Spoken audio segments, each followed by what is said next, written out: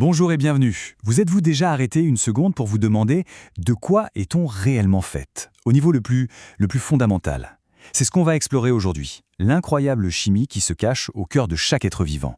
Alors c'est parti.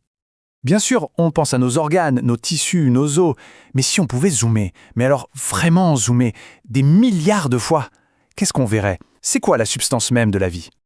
Eh bien la réponse, elle se trouve dans un domaine absolument fascinant, la biochimie. C'est la science qui étudie en fait la composition chimique de tout ce qui est vivant et les réactions qui s'y passent. Pour le dire simplement, c'est un peu le mode d'emploi de la vie. Et attention, ce n'est pas du tout une science abstraite, sortie d'un vieux manuel. La biochimie, elle est partout, dans chaque repas qu'on prend, dans chaque médicament, et même dans la façon dont notre corps fonctionne à chaque seconde. Pensez-y une minute. La biochimie, c'est ce qui permet de créer des médicaments qui sauvent des vies. C'est elle qui aide à améliorer les cultures pour nourrir la planète. Et bien sûr, elle est essentielle pour garantir que ce qu'on mange est sûr. Son influence est juste immense et nous concerne tous les jours. Ce lien, on le voit très bien en nutrition. Des mots comme protides, lipides, glucides, ça nous dit quelque chose, non? Eh bien, ça vient tout droit de la biochimie. C'est cette science qui nous aide à comprendre ce dont notre corps a besoin pour rester en bonne santé. Prenons deux exemples très concrets. L'intolérance au lactose, c'est un problème purement biochimique. Il manque une petite machine, une enzyme, qu'on appelle la lactase, pour digérer le sucre du lait. Et le diabète de type 1, il est traité grâce à de l'insuline, qui est maintenant produite en masse par des bactéries, une véritable prouesse de la biochimie. Quand on comprend le problème, on trouve la solution. Bon, maintenant qu'on a vu à quel point c'est important, on va plonger un peu plus profond. On va décomposer la matière vivante pour aller voir ses toutes premières briques. Tout, absolument tout, commence ici, avec l'atome. C'est un peu la brique de Lego fondamentale de l'univers. Imaginez un noyau au centre et des électrons qui tournent autour. C'est la base de toute la matière, qu'elle soit vivante ou non. Sauf que les atomes, ils n'aiment pas trop rester seuls. Ils cherchent à se lier les uns aux autres pour être plus stables. Et pour ça, il y a une règle du jeu, qui est toute simple. La plupart des atomes sont heureux, disons, quand ils ont 8 électrons sur leur couche la plus externe. Et pour y arriver, ils vont partager des électrons. Regardons ça de plus près. Voilà un atome d'oxygène, il a 6 électrons sur sa couche externe, donc il lui en manque 2 pour être stable. Et à côté, l'hydrogène, lui n'en a qu'un seul et il en voudrait bien un deuxième. On voit bien qu'ils ont tout intérêt à collaborer, non? Et la solution, c'est le partage. Un atome d'oxygène va s'associer à 2 atomes d'hydrogène. Et là, magie, l'oxygène a accès à 8 électrons et chaque hydrogène en a 2. Tout le monde est stable, tout le monde est content. Et voilà, on vient de former une molécule d'eau, H2O, un élément essentiel à la vie.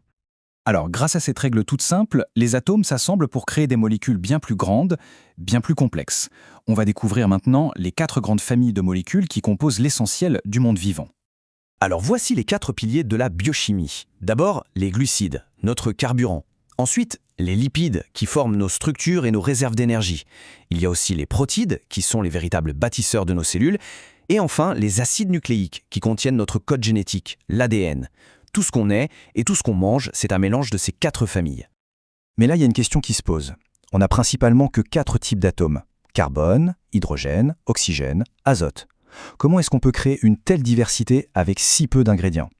La réponse, vous allez voir, elle est d'une simplicité géniale. Le secret, ce sont les isomères. Pensez à des briques de Lego. Avec exactement les mêmes briques, vous pouvez construire soit une maison, soit une voiture. En chimie, c'est pareil. Les isomères, ce sont des molécules qui ont exactement les mêmes atomes, mais ils sont juste assemblés différemment. Et un exemple frappant de ça, ce sont les énantiomères. Ce sont des molécules qui sont des images miroirs l'une de l'autre, un peu comme notre main gauche et notre main droite. Elles se ressemblent, mais impossible de les superposer. Et cette toute petite différence de forme, en biologie, ça peut tout changer. Une version d'un médicament peut guérir, et son image miroir peut être totalement inefficace, voire dangereuse. C'est ça, un des secrets de la diversité du vivant. Ok, donc on a les briques, ce sont les atomes. On a les constructions qu'elles forment, ce sont les molécules. Mais il nous manque un élément absolument crucial, l'environnement. Le terrain de jeu dans lequel toute cette chimie peut avoir lieu. Et ce terrain de jeu, c'est l'eau. Le corps humain, c'est entre 60 et 70% d'eau. C'est énorme. En fait, on est des sortes de solutions aqueuses ambulantes. Et loin d'être juste un décor, l'eau, c'est la scène sur laquelle se jouent toutes les réactions de la vie. Son rôle numéro 1, c'est d'être un solvant universel.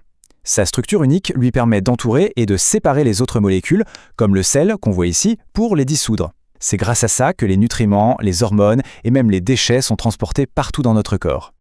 Mais l'eau fait bien plus que ça.